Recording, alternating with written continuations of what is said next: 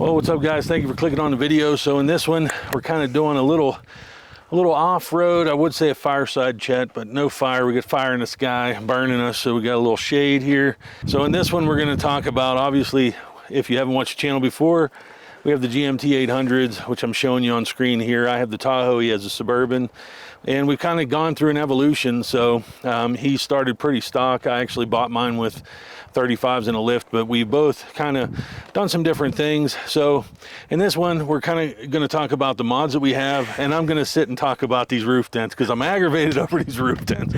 So if you're interested in GMT800s, maybe you want to do some mods, maybe you're getting into buying one of these, we're going to talk about like our experience driving them, maybe the mods that we have and think that are pointless or what. So stick around, you're watching KnightDriveTV.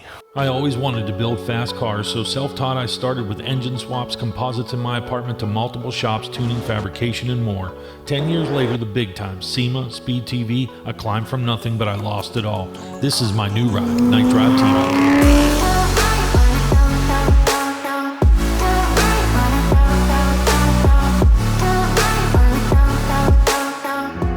Drivers and drive vets.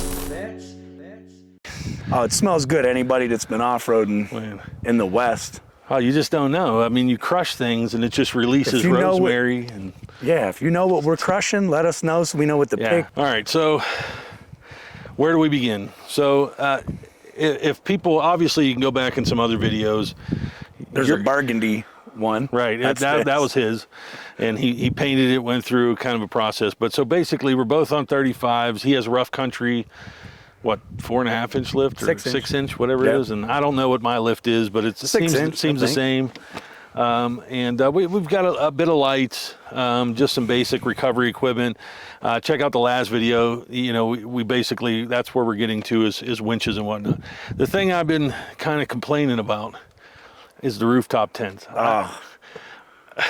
So, I mean, a lot of people wonder, is it worth it to have a rooftop tent? Yes, it's worth it. You think it's worth it? I screamed it. How many times have you used a rooftop tent? Including that time we camped on the pavement up at the racetrack. Feeling around the paddock right now is that they're not too thrilled with Josh's antics. That's a video. Oh, yeah. Maybe 3, 4 maybe? 4 times, and how long have you had it? I mean, how long have we had them on there? Like a year. So it's like, you know, I remember watching Brad, I think, at Trail Recon, you know, he divided all his nights. You know, I camped in my rooftop tent 68 nights, you know, divided down $18 a night. We're nowhere near there, but, you know, obviously they kill gas mileage. I mean, how much gas mileage did you lose, do you think? I don't know. Did you notice a mile, I don't maybe? think I noticed it. I mean, maybe 13 miles a gallon on average with some highway mixed in, but change much? Rooftop tent, maybe. Once you put 35s on a truck, once you do all this stuff, you're killing, you know, they're not going to be gas mileage kings anyway. So I don't think it really matters. It doesn't bug me from a gas mileage perspective. It doesn't, because I mean, I don't daily drive this either. So, I mean, these are kind of like off-road toys, but what gets me is we just don't use it. And I've wanted to. I think it's a time factor. I think there's a lot of reasons we're not getting out and using it. But I mean, should we take it off is the question. No. I grew up with G.I. Joes. I grew up with G.I. Joes. Any kid that grew up with G.I. Joes knows that just a Joe without his stuff is just it's a regular, it's a Ken doll. We're like mall crawlers. Like, are we mall crawlers? No, because we still use it. I guess. I don't know. Just the fact that it's up there. I don't know. You take it off, and then it's just like, I mean, I took it off. I took it off. It probably would off-road so much better. I mean, obviously, you could feel the weight up high. And so that's kind of what leads to the next part of the conversation is what I'm trying to understand.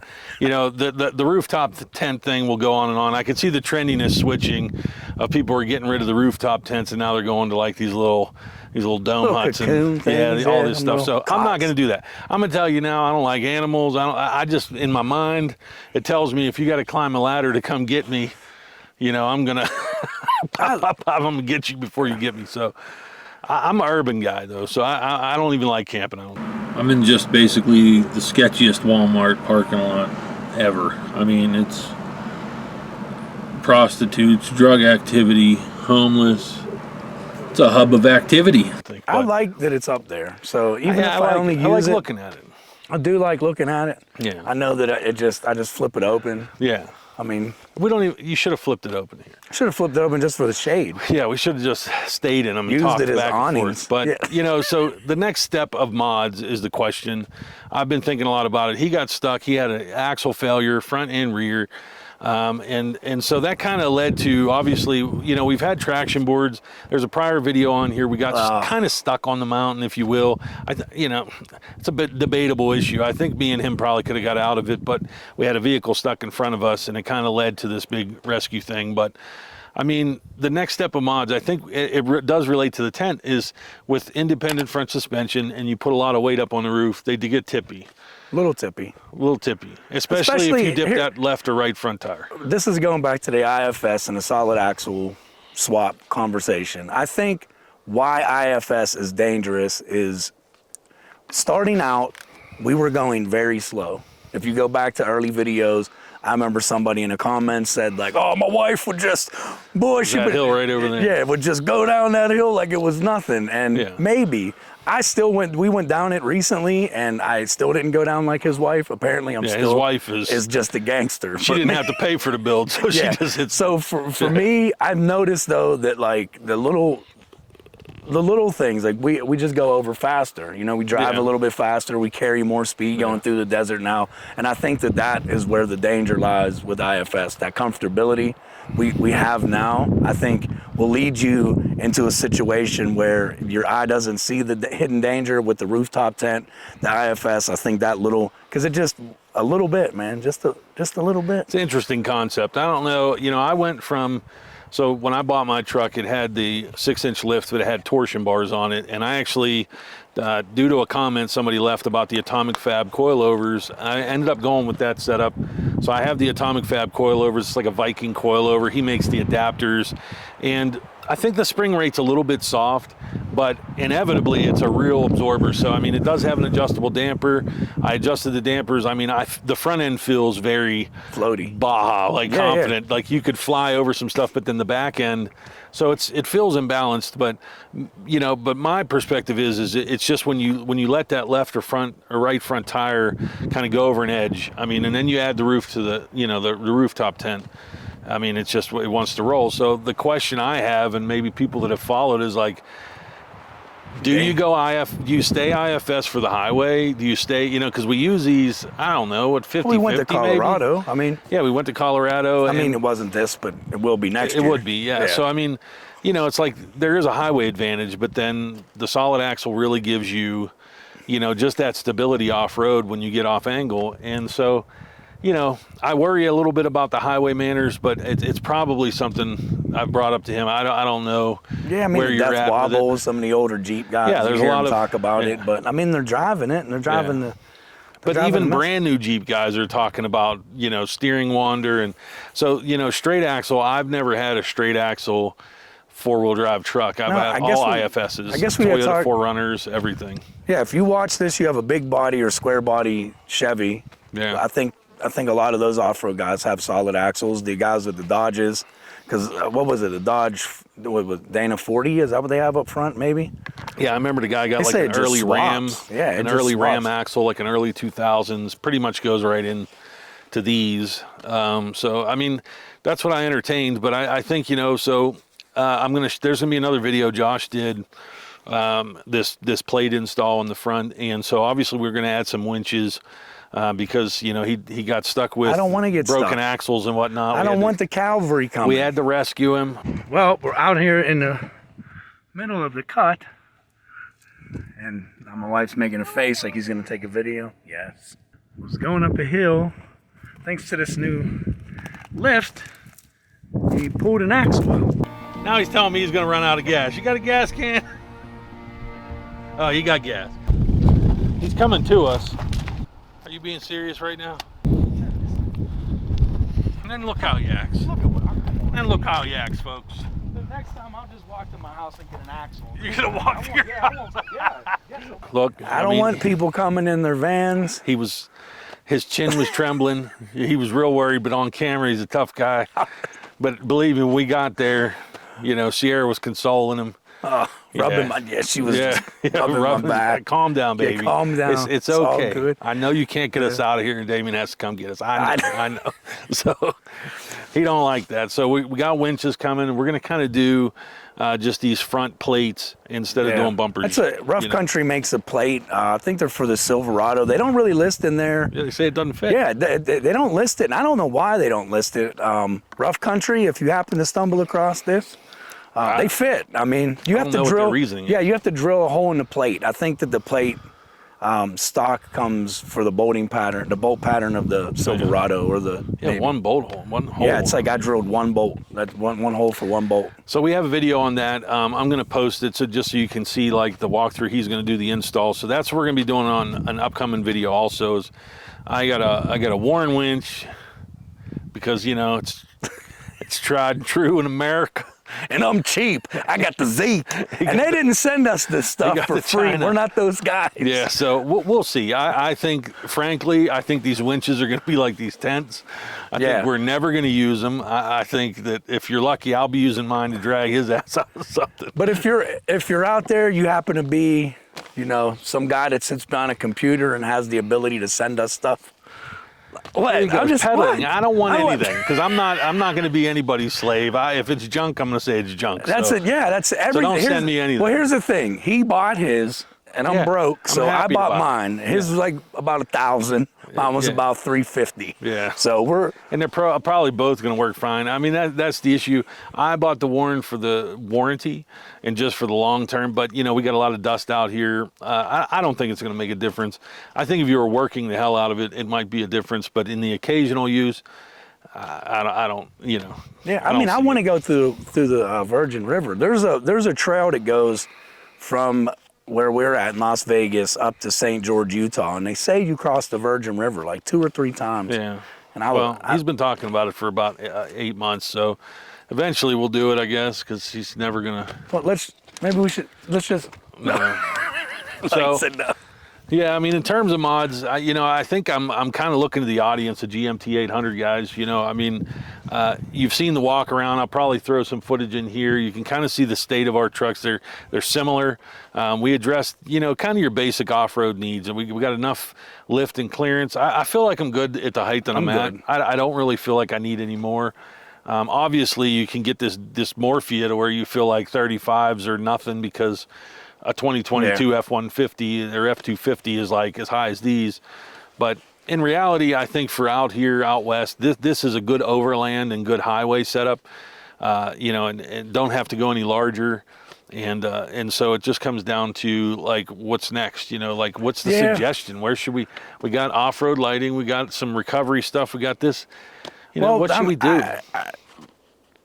Spare tire is an argument. Some people say spare tire, but this was an old school argument. Like, like you get stuck somewhere, you want to have a tire on there. But I mean, dude, nowadays, anywhere we go, I mean, you could get, Amazon will deliver to a major cross street. I mean, you get a rim package. Obviously a plug kit or something. Here. I don't think we have that. Do you have a plug kit? I do, yeah. So, I think a plug kit's good, but obviously if you tear a sidewall, you do something big.